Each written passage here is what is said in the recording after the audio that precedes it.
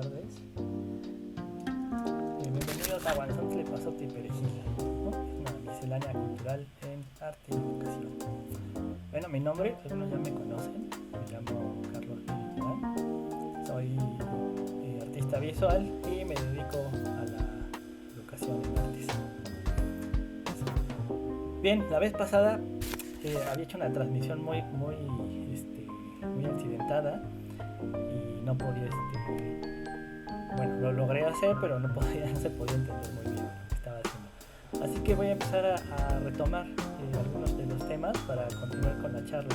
Estas charlas son sobre, como dice aquí el título que están viendo, sobre una miscelánea cultural. ¿Qué quiere decir una miscelánea cultural? Donde se van a tratar temas del arte en general, pero desde diversos puntos, ¿no? O sea, se va a hablar del arte, pero desde otros puntos, no desde la historia oficial del arte, ¿no?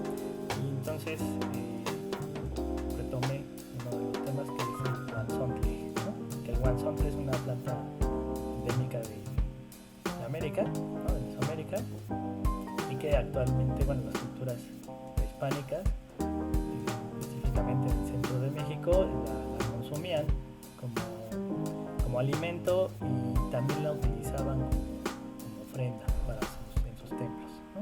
En sus dioses. Bien, entonces les explicaba que voy a empezar a retomar ese tema que es el guanzontle, ¿no? Como para empezar a hacer conexiones con el arte y cómo el arte puede ampliar nuestras perspectivas en la vida cotidiana, ¿no? Vamos a comenzar con esto. Les voy a poner mi correo, el correo del programa, bueno, de las charlas, por si quieren enviar un mail con ciertos comentarios o alguna propuesta de algún tema que quieran que les hable, bueno, que comenten el programa. Les comentaba que es hablar del arte y las relaciones que tenemos con el mundo para ampliar nuestra perspectiva de nosotros mismos y de nuestro entorno. Esto es importante, por eso lo puse, ¿no? O sea, no nada más es para ampliar nuestra perspectiva sobre el mundo, sino también con nosotros mismos, ¿no? Es decir, primero hay que entenderse a uno mismo y luego, si uno no se entiende a uno mismo, pues no va a entender el resto del mundo, ¿no? Y eso es muy importante. Ahora, algo que yo me preguntaba y dije, bueno, ¿por qué quiero empezar a hablar desde otros puntos del arte? Bueno, desde otros puntos partir para hablar del arte. ¿Por qué? ¿No? Es una pregunta que yo me hice a mí mismo y dije, ¿y por qué plantas? ¿No? ¿Y por qué el guanzontle? Que es muy raro, o sea, puede parecer caprichoso, pero dije, bueno, pues generalmente se habla del arte desde lo que produce el hombre, ¿no? Es decir, tenemos entendido en general que existe una naturaleza y que esta naturaleza está, entre comillas, separada del hombre, ¿no? Es como así generalmente nos enseña, ¿no? Que existe esta naturaleza. Y entendemos por naturaleza todo lo que no está intervenido por la mano del ser humano, por las personas, ¿no?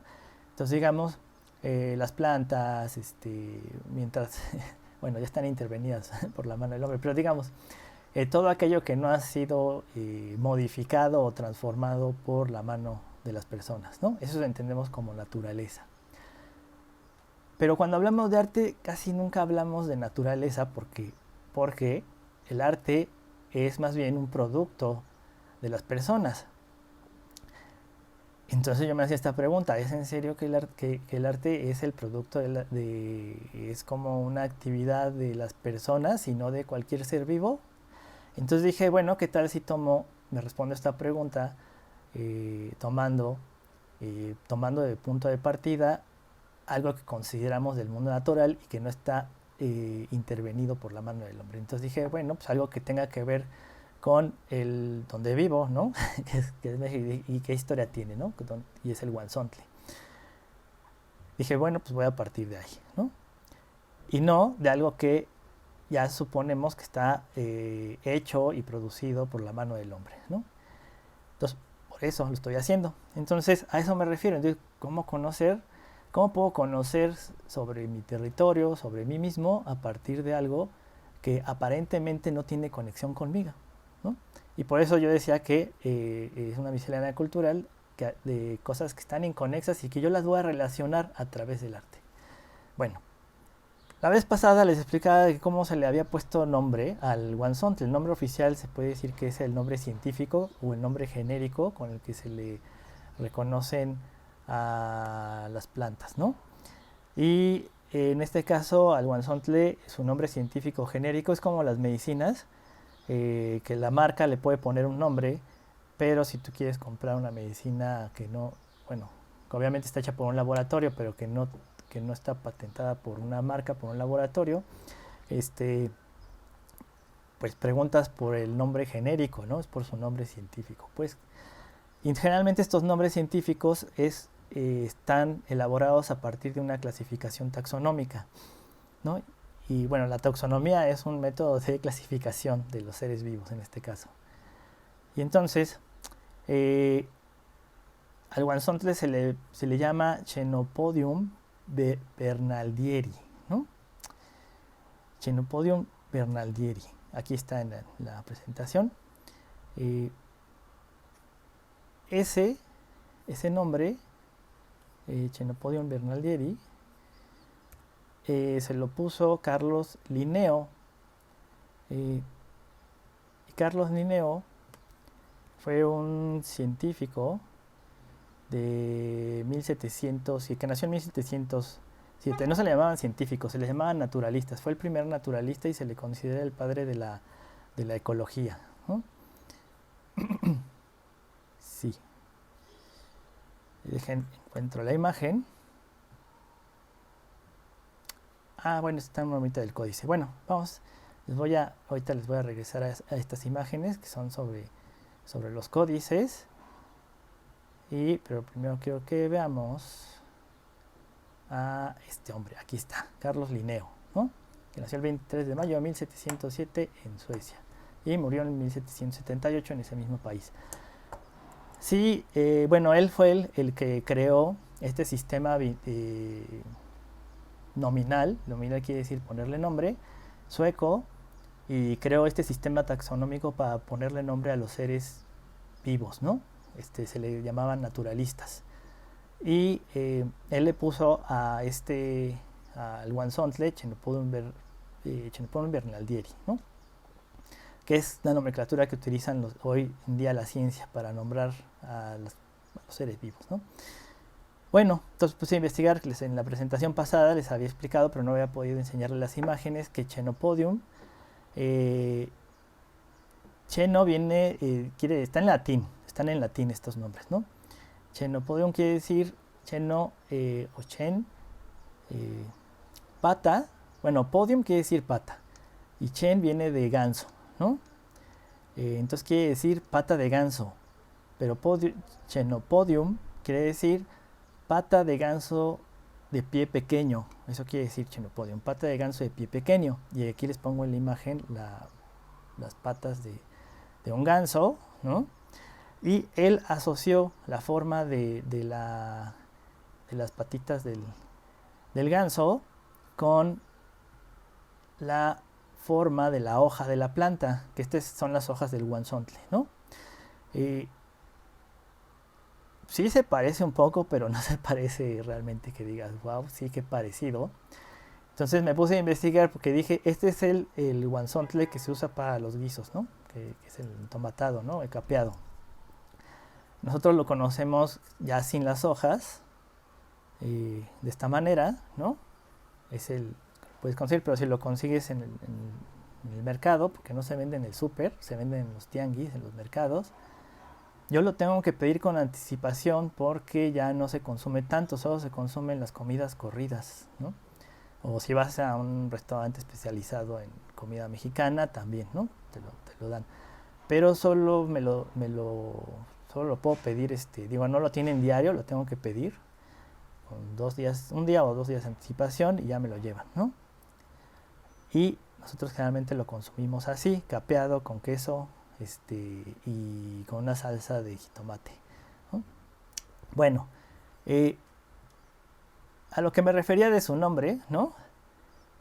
Es la relación que Carlos Linneo, aquí está, Para ponerle su nombre se basó en la forma de la hoja y en la forma de los patos de los gansos, de las patas de los gansos, ¿no? Para ponerle, es decir, lo clasificó de una manera metafórica, pues, ¿no? Poética. Entonces, vemos que yo pensaba que tenían una mayor profundidad de significación los nombres científicos, pero no, vemos que esto es algo que siempre hacemos, es decir, para conocer las cosas en el mundo, necesitamos ponerles nombre, y al ponerles nombre adquieren significado para nosotros, ¿no? Entonces realmente eso es lo que estaba haciendo Carlos Linneo, es decir, al comparar él la forma de la hoja con las patas de de un ganso, eh, esto le daba una idea a él y al mundo de los que querían conocer el mundo de los seres vivos, eh, qué era de lo que se estaba hablando, ¿no? Entonces decían, ok, cuando alguien oía escuchar la palabra Chenopodium bernaldieri, decía, se imaginaba en su cabeza, ok, estás hablando de una hoja, de una planta que tiene hojas que se parecen a las patas de un ganso, ¿no? Pero de un ganso que tiene patitas pequeñas, ¿no? O sea, son hojas pequeñas, ¿no? Y bueno, descubrí que le puso ese nombre porque en Europa se da un tipo de Chenopodium, ese es el nombre, ese es el género de las plantas, de amaranto, está relacionado con los quelites y el amaranto, ¿no? Es muy parecido el guansontle al amaranto, ¿no? Que en Europa crece uno muy parecido, ahorita no recuerdo su nombre, que sí tiene la hoja como las patas de un ganso. Entonces se basó en esa planta europea muy parecida al guansontle para ponerle nombre al guansontle, ¿no? Digamos, él es de 1707 y el guansontle se conoció cuando fue la conquista en bueno, ya fue la colonización en 1521, ¿no? Porque bueno, cuando ellos, los europeos, los españoles, llegaron y se toparon con el continente mesoamericano, ¿no? Hoy actualmente México, no conocían esta planta. Al conocerla se crearon lo que son una manera de registrar todo lo que había en lo que llamaron el Nuevo Mundo, fue a través del dibujo, ¿no? Entonces, los primeros en llegar fueron obviamente bueno, Cristóbal Colón, pero venía financiado por el Vaticano y por distintas órdenes religiosas, ¿no? Los jesuitas, los agustinos y los dominicos. Y entonces los jesuitas, agustinos y dominicos realmente pues, eran las personas que tenían el conocimiento para crear nuevo conocimiento. Entonces se dedicaron a registrar incluso por encomienda del rey, a registrar las plantas, todos los seres vivos. Entonces hacían dibujos de cada uno de ellos, pero eran sus propias interpretaciones, ¿no? Y estoy buscando aquí ahorita, aquí están, ¿no? Los códices, los famosos códices, ¿no? Aquí están. Esta planta. Los códices, ¿qué son? Son estos registros que creaban estas órdenes religiosas, ¿no? Que eran sacerdotes, bueno, gente del clero, no necesariamente sacerdotes, que le encomendaban a los propios pobladores, a los indígenas, con son pictografías, ¿no? O sea, ilustraciones que nos permiten ver cómo eran las cosas. Entonces aquí tenemos el cempasúchil, es que tiene flor, también es parte está considerado dentro de planta maleza, ¿no? Y ahorita voy a esa parte que es el bledo, ¿no? Que la traducción de guansontle significa planta bleda o bledo, ¿no? El cempasúchil, el quintonil y que no sé pronunciarlo, ¿no? Esta figura me imagino que Carlos Linneo o se basó en la planta que ya existía en Europa o se basó en los códices que le llegaron a él en sus manos de los dibujos de las plantas, y entonces por eso decía que era una hoja, la hoja del guanzontle, se parecía al pie pequeño de un ganso, ¿no? Entonces vemos aquí cómo la información es como teléfono descompuesto. Y bueno, pero eso lo hizo él como para darle un nombre, eso le daba significado a él, ¿no? Bien, esta planta en 1521 fue prohibida por los conquistadores, por los españoles, debido a que la usaban en las ceremonias religiosas, ¿no? Y como en la conquista se hizo más bien el desconocimiento de toda la cultura prehispánicas, ¿no? De los indígenas, entonces la tuvieron que prohibir porque la utilizaban, se parecía mucho al amaranto. Pero no, o sea, no solo la prohibieron porque la utilizaban en sus ceremonias religiosas, ¿no? Sino porque con el amaranto, con la semilla del amaranto, lo que hacían eran figuras, esculturas, ¿no? De sus dioses, pues. Entonces, como el guanzontle es muy parecido al amaranto, ¿no? Aquí tenemos otra imagen, ¿no? De los que son todos los quelites, junto con el amaranto, y el guanzontle que está por abajo de la calabaza, ¿no? Se parecía al amaranto, pues prohibieron todas las plantas que se pareciesen al amaranto, ¿no? Y entonces aquí tenemos otra relación. Si este Carlos Linneo, porque la otra vez me confundí, dije de repente linóleo, ¿no? Y eso, el linóleo, pues no, no era su apellido, eso es un material plástico. Bueno, Carlos Linneo le dio el nombre a esta planta según la relación que él tenía con, pues, los gansos, es decir, imagino que él dijo, bueno, esto se parece a la pata de un ganso. Pero, digamos, los náhuatl, bueno, el nombre guanzontle es náhuatl, ¿no? Y entonces ellos seguramente relacionaban la planta y su nombre con los dioses, pues, ¿no? No con las patas de un ganso. Entonces, aquí en este caso la pregunta que hice, que cómo se le ponía nombre a las cosas, ¿no?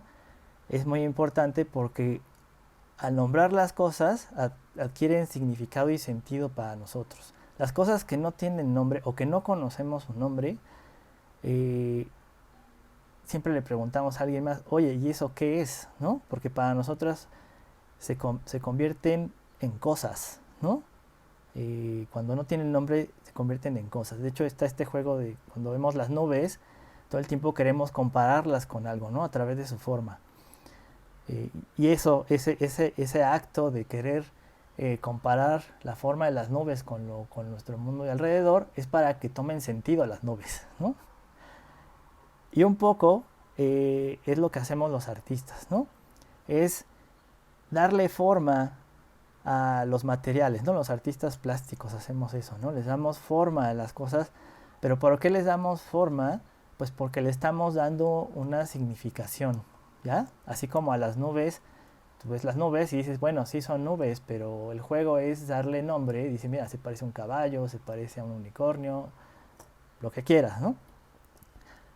Pero es para que adquieran sentido, pues, ¿no? Entonces así adquiere sentido el mundo un poco. Entonces vemos que la taxonomía y Carlos Linneo le estaba dando sentido al mundo, pues, pero desde su perspectiva europea, ¿no? Que por la colonización se volvió una cultura dominante en América, ¿no? Todo lo que es América Latina, ¿no? Aquí vemos que o sea, no hay un nombre oficial en México, ¿no? Se puede escribir así, guanzontle, con G, guanzontle o guaunzontle, como yo lo escribo, y hay como más acepciones más con las que se puede escribir guanzontle, ¿no? Bien. Planta bledo, que era lo que quería decirles, ¿no? Ya la traducción de guanzontle quiere decir planta bledo. Y bledo es toda aquella planta que viene del amaranto, ¿no? Porque quiere decir, planta bledo quiere decir planta que no sabe, ¿no?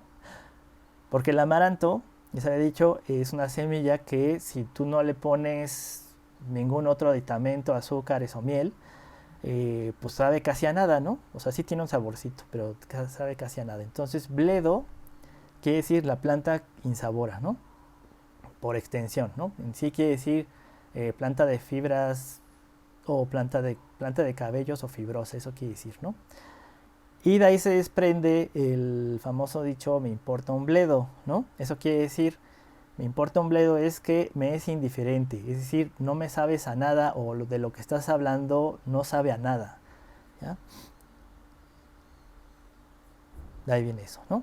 Entonces, ¿qué relación tiene Carlos Linneo, el guanzontle, la taxonomía, el nombre que le damos a las cosas y el arte, ¿no? Ah, y también las esculturistas estas de amaranto, ¿no? Que hacían las antiguas culturas, ¿no?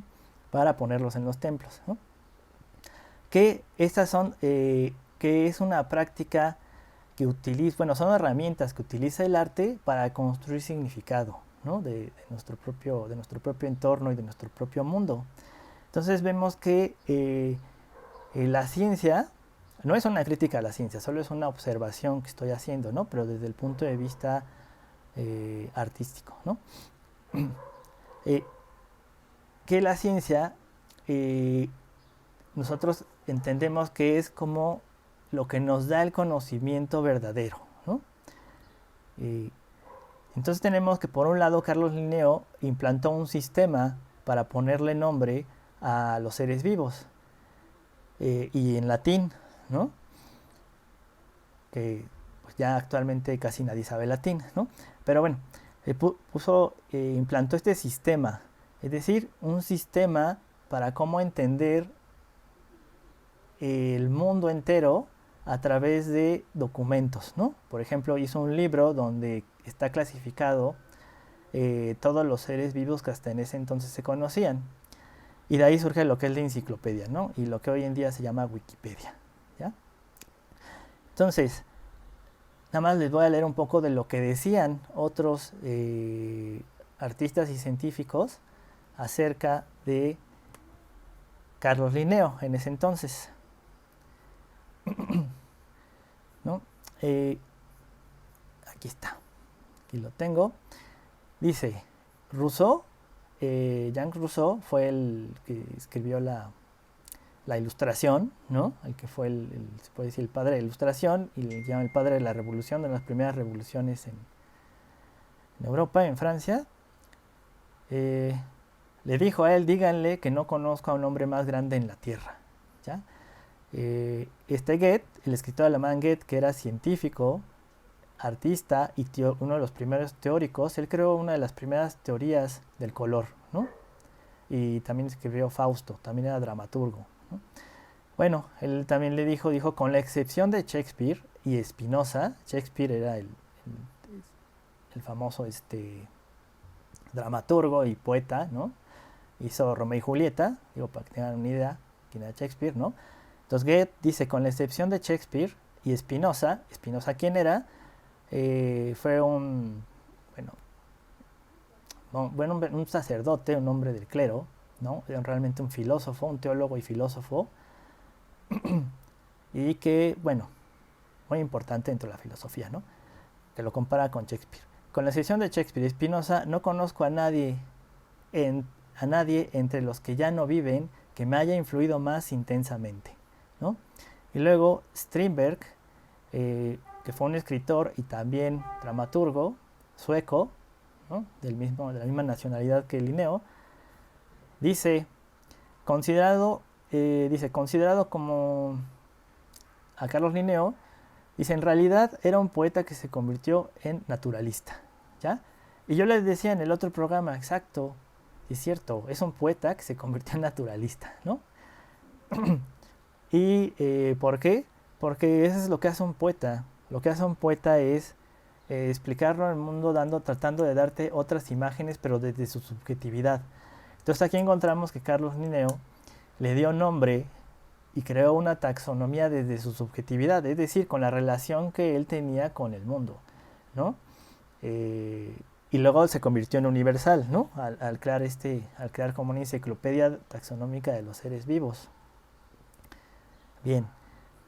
Y bueno, entre otras personas también distintas le llamaban el príncipe de la botánica, el Plinio del Norte, el segundo Adán, ¿no? Es decir, le daban estos nombres casi semidios. ¿Por qué le daban estos nombres que casi como decía Dios? Puesto que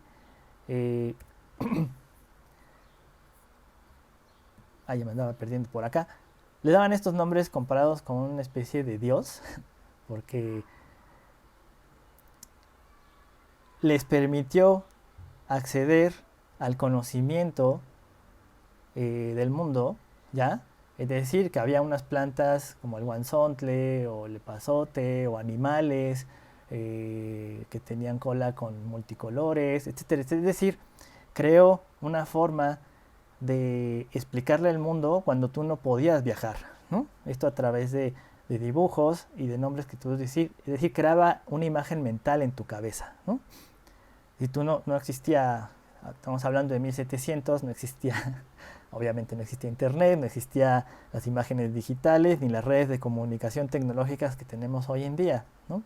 Solo existían estos códices y estas ilustraciones que se producían en otras partes y que él lograba obtener, ¿no? Y a veces incluso eran de manera oral, decía, bueno, ¿qué animales, cómo eran esos animales? Y tenía al lado de él un ilustrador, y este ilustrador le iba dando forma según la descripción que el explorador le daba a Carlos Linneo, ¿no? Tenía flor, no tenía flor, de qué color era la flor, si tenía tallo, qué color era el tallo, cómo crecían sus ramas, de qué manera eran sus hojas, e iban ilustrando, ¿no? Le iban dando forma. Y eso es lo que hace un poeta a través del texto o a través de la palabra oral, porque la poesía se tiene que decir, se tiene que cantar, por así decirlo, para darle un ritmo y un tono. Bueno, crea imágenes mentales, ¿no? Bien, entonces yo explico esto de las imágenes mentales de esta manera. Cuando yo les digo un carro rojo, yo lo utilizo mucho incluso en mis clases, esta imagen mental, ¿no? Porque así nada más explicado no se entiende muy bien, ¿no? Cuando yo digo carro rojo, pues todos imaginaron un carro rojo en su cabeza, ¿no? Puede ser un Mustang, puede ser una camioneta, puede ser un Ferrari, etcétera, etcétera, ¿no? Pero si yo digo carro caliente, entonces estoy usando la herramienta de la retórica de la metáfora. ¿Qué quiere decir? Cambié rojo por caliente, ¿no? En lugar de decir carro rojo, dije carro caliente. Entonces, cuando yo digo carro caliente, uno lo puede interpretar de muchas maneras, ¿no? Uno puede decir, pensar en un carro que lo acaban de robar, ¿no? Este es un carro caliente. Puede ser un carro muy sexy.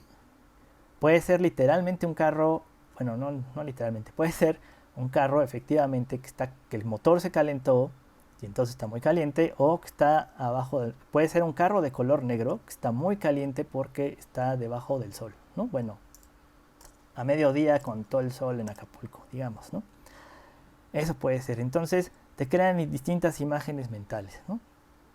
Bien, a eso me refería de que yo estoy más de acuerdo en que él es un poeta. Bueno, aquí está lo de casi no tiene sabor. Aquí lo tenemos a él de nuevo. Las patitas del pato. Y bueno, pero ¿cómo es que los nahuas, o los antiguos pobladores de estas tierras, veían al guanzontle? Pues era una especie que también la asociaban, eso ya lo revisé después, con la hueva del pescado, ¿no? El caviar son los huevos del pescado, y lo asociaron con la forma de los huevos del pescado. Entonces también le llamaban, esto está en los códices, como la planta de hueva de pescado, ¿no? Digamos, no nada más el guanzonte, sino el amaranto también. O sea, todas las plantas que tenían esta forma en específico se les nombraba así, ¿no? Que también estaban relacionadas con la hueva del pescado, porque se asocia a eso, ya no tanto con la pata, si se fijan, de ganso, sino con la hueva de pescado, que efectivamente son un montón de huevitos, de bolititas chiquitas, todas hacinadas y en conjunto, ¿no? Creaban estos racimos. Entonces aquí tenemos otra forma distinta de ver y relacionar la planta, que ya sin hojas sí parece como la hueva del pescado, ¿no? Como el caviar, pues, ¿no? Bien, y nosotros pues la conocemos así. Entonces, pero tenemos que la relación de los prehispánicos con esta planta, con los del amaranto, también la construían, hacían sus figuras de amaranto. Y las figuras que hacían eran las figuras de sus dioses, pues. No encontré, ninguna se conserva, pero se sabe por los códices, ¿ya? Con estos registros documentales que hacían figuras con el amaranto y los ponían en sus templos. Entonces aquí estamos viendo otra relación que tiene que ver con el arte. Hacían esculturas, pues, con con estas semillas que funcionaban de alimento. Es decir, el amaranto es una planta que tiene muchísima proteína, ¿no? Incluso se la ha comparado con la carne, que incluso que tiene más proteína. Yo no lo sé, tendría que investigarlo. Pero bueno, es un alimento muy nutritivo, pero casi no sabe a nada, ¿no? Sin embargo, la relación que tenían los hombres, las personas en la prehispania, era que al darle forma de sus dioses, daba otro significado distinto con esta planta, es decir, tenían otra relación con esta planta, ¿no? Entonces encontramos que las prácticas artísticas que conocemos hoy día como la escultura, la poesía, la dramaturgia, etcétera, etcétera, están completamente, atraviesan completamente, digamos, toda la vida, ¿no? Toda la vida. Entonces, la taxonomía, digamos que deriva de esta práctica de las relaciones que tenemos con los seres vivos, es decir, los nombres científicos que le dio Carlos Linneo en ese momento, en ese entonces, y que siguen imperando actualmente en el mundo científico, fue a partir de su relación, digamos, él no se concebía a sí mismo como artista, pero sí su práctica era una relación poética con el mundo, pues, ¿no? Desde su subjetividad, y no de establecer como una verdad absoluta. Ya después se impone esta subjetividad como una cultura dominante, digamos, ¿no?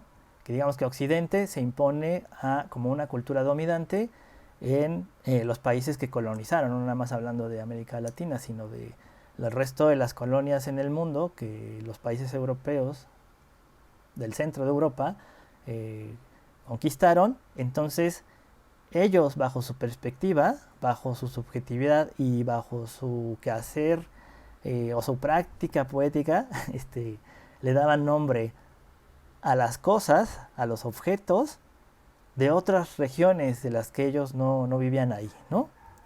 Y esto, pues era una imposición cultural, ¿no?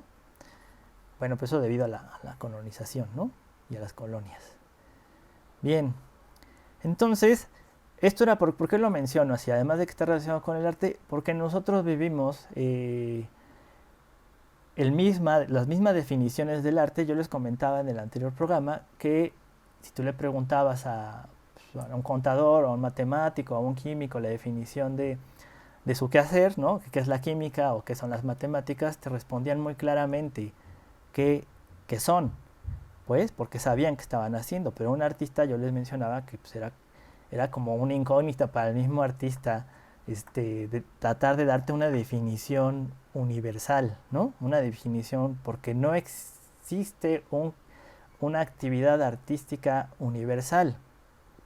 Digamos, hay muchos tipos de artes, ¿no? Así, unos hacen teatro, otros hacen música, otros hacen pintura, otros escultura, otros instalación y otros prácticas transdisciplinarias, ¿no? Que ya es una relación entre,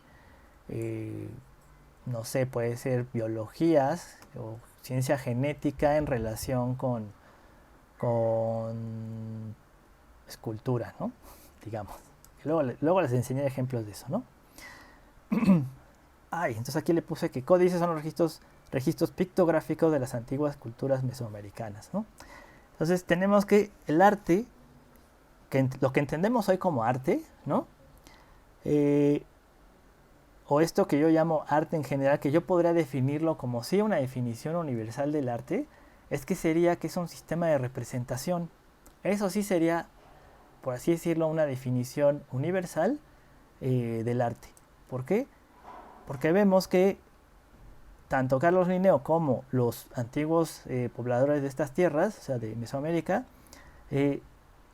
utilizaban formas de representar sus ideas a través de los materiales que tenían a la mano, es decir, con lo que convivían en su entorno, ¿no? En el caso de los prehispánicos fue con la semilla del amaranto que le daban forma de sus dioses, ¿ya? En el caso de Carlos Linneo, pues con la pata de los gansos, ¿no? Eh, y así le puso el nombre, ¿no? Para él así le daba un significado. Entonces,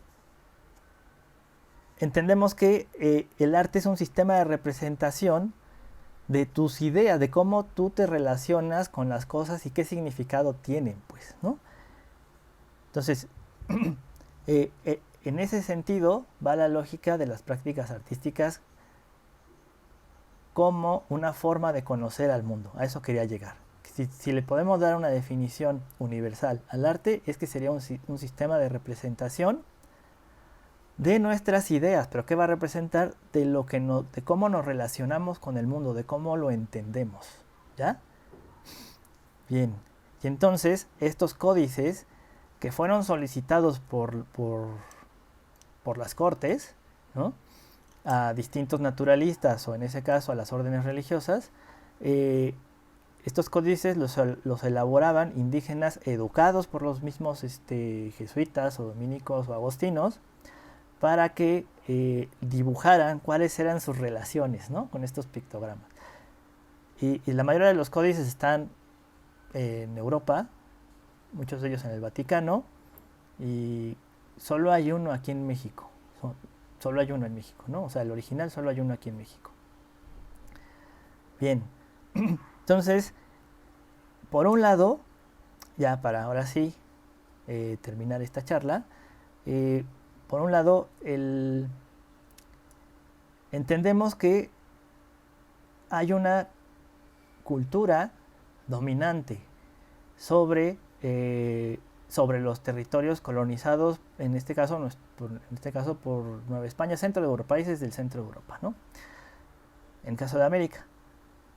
Pero entonces, ¿eso qué quiere decir? Que nuestras definiciones del arte vienen de ahí, es decir, de una cultura dominante.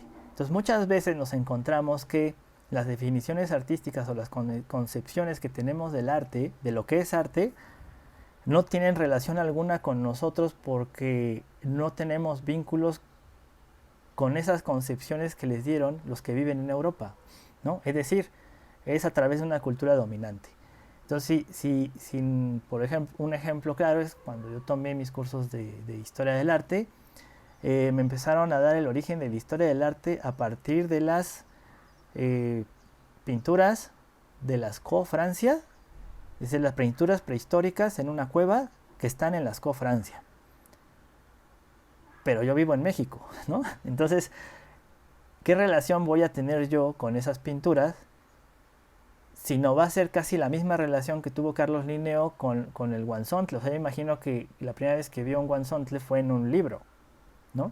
No creo que le hayan llevado un guanzontle, porque él nació en 1707 y el libro lo creó en 1735, ¿no? El libro taxonómico.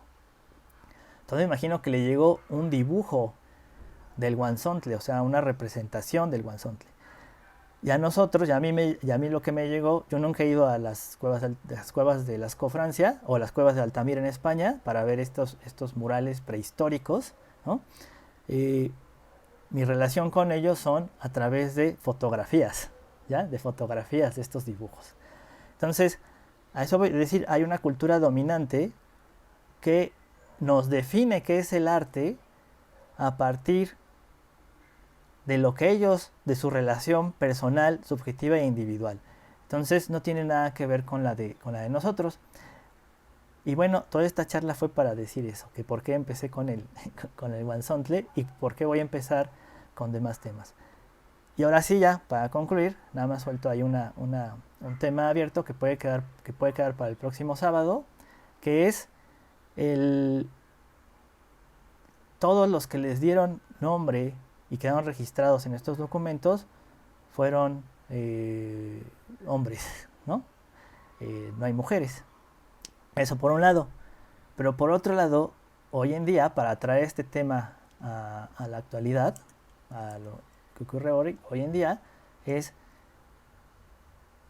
explica un poco, no todo, pero eso explica un poco, porque hoy en día los movimientos feministas están luchando por definir ellas mismas qué es ser mujer, porque el primero que dijo que las mujeres se deben de llamar mujeres, digamos, eh, fue un hombre. Y entonces eso quedó registrado en una enciclopedia, bueno, en las primeras enciclopedias. No recuerdo cuál era la definición de mujer. Lo voy a hacer para el siguiente sábado. ¿Por qué la mujer decidieron ponerle mujer y por qué al hombre decidieron ponerle hombre? ¿No? Eso también sería bien interesante, ¿no? Y entonces hoy en día las mujeres están buscando, bueno, las distintas ramas del feminismo, es decir, no cómo me ven los demás, sino yo misma me voy a definir qué es ser mujer. ¿Ya? Es algo parecido, ¿no? Digamos que históricamente se le ha impuesto a la mujer lo que debe ser, no como ella misma se ve a sí misma. Tan tan. Y bueno, yo hasta aquí la voy a dejar. Pero también me interesaría que pusieran sus comentarios, independientemente de que hayan estado o no en la charla en vivo.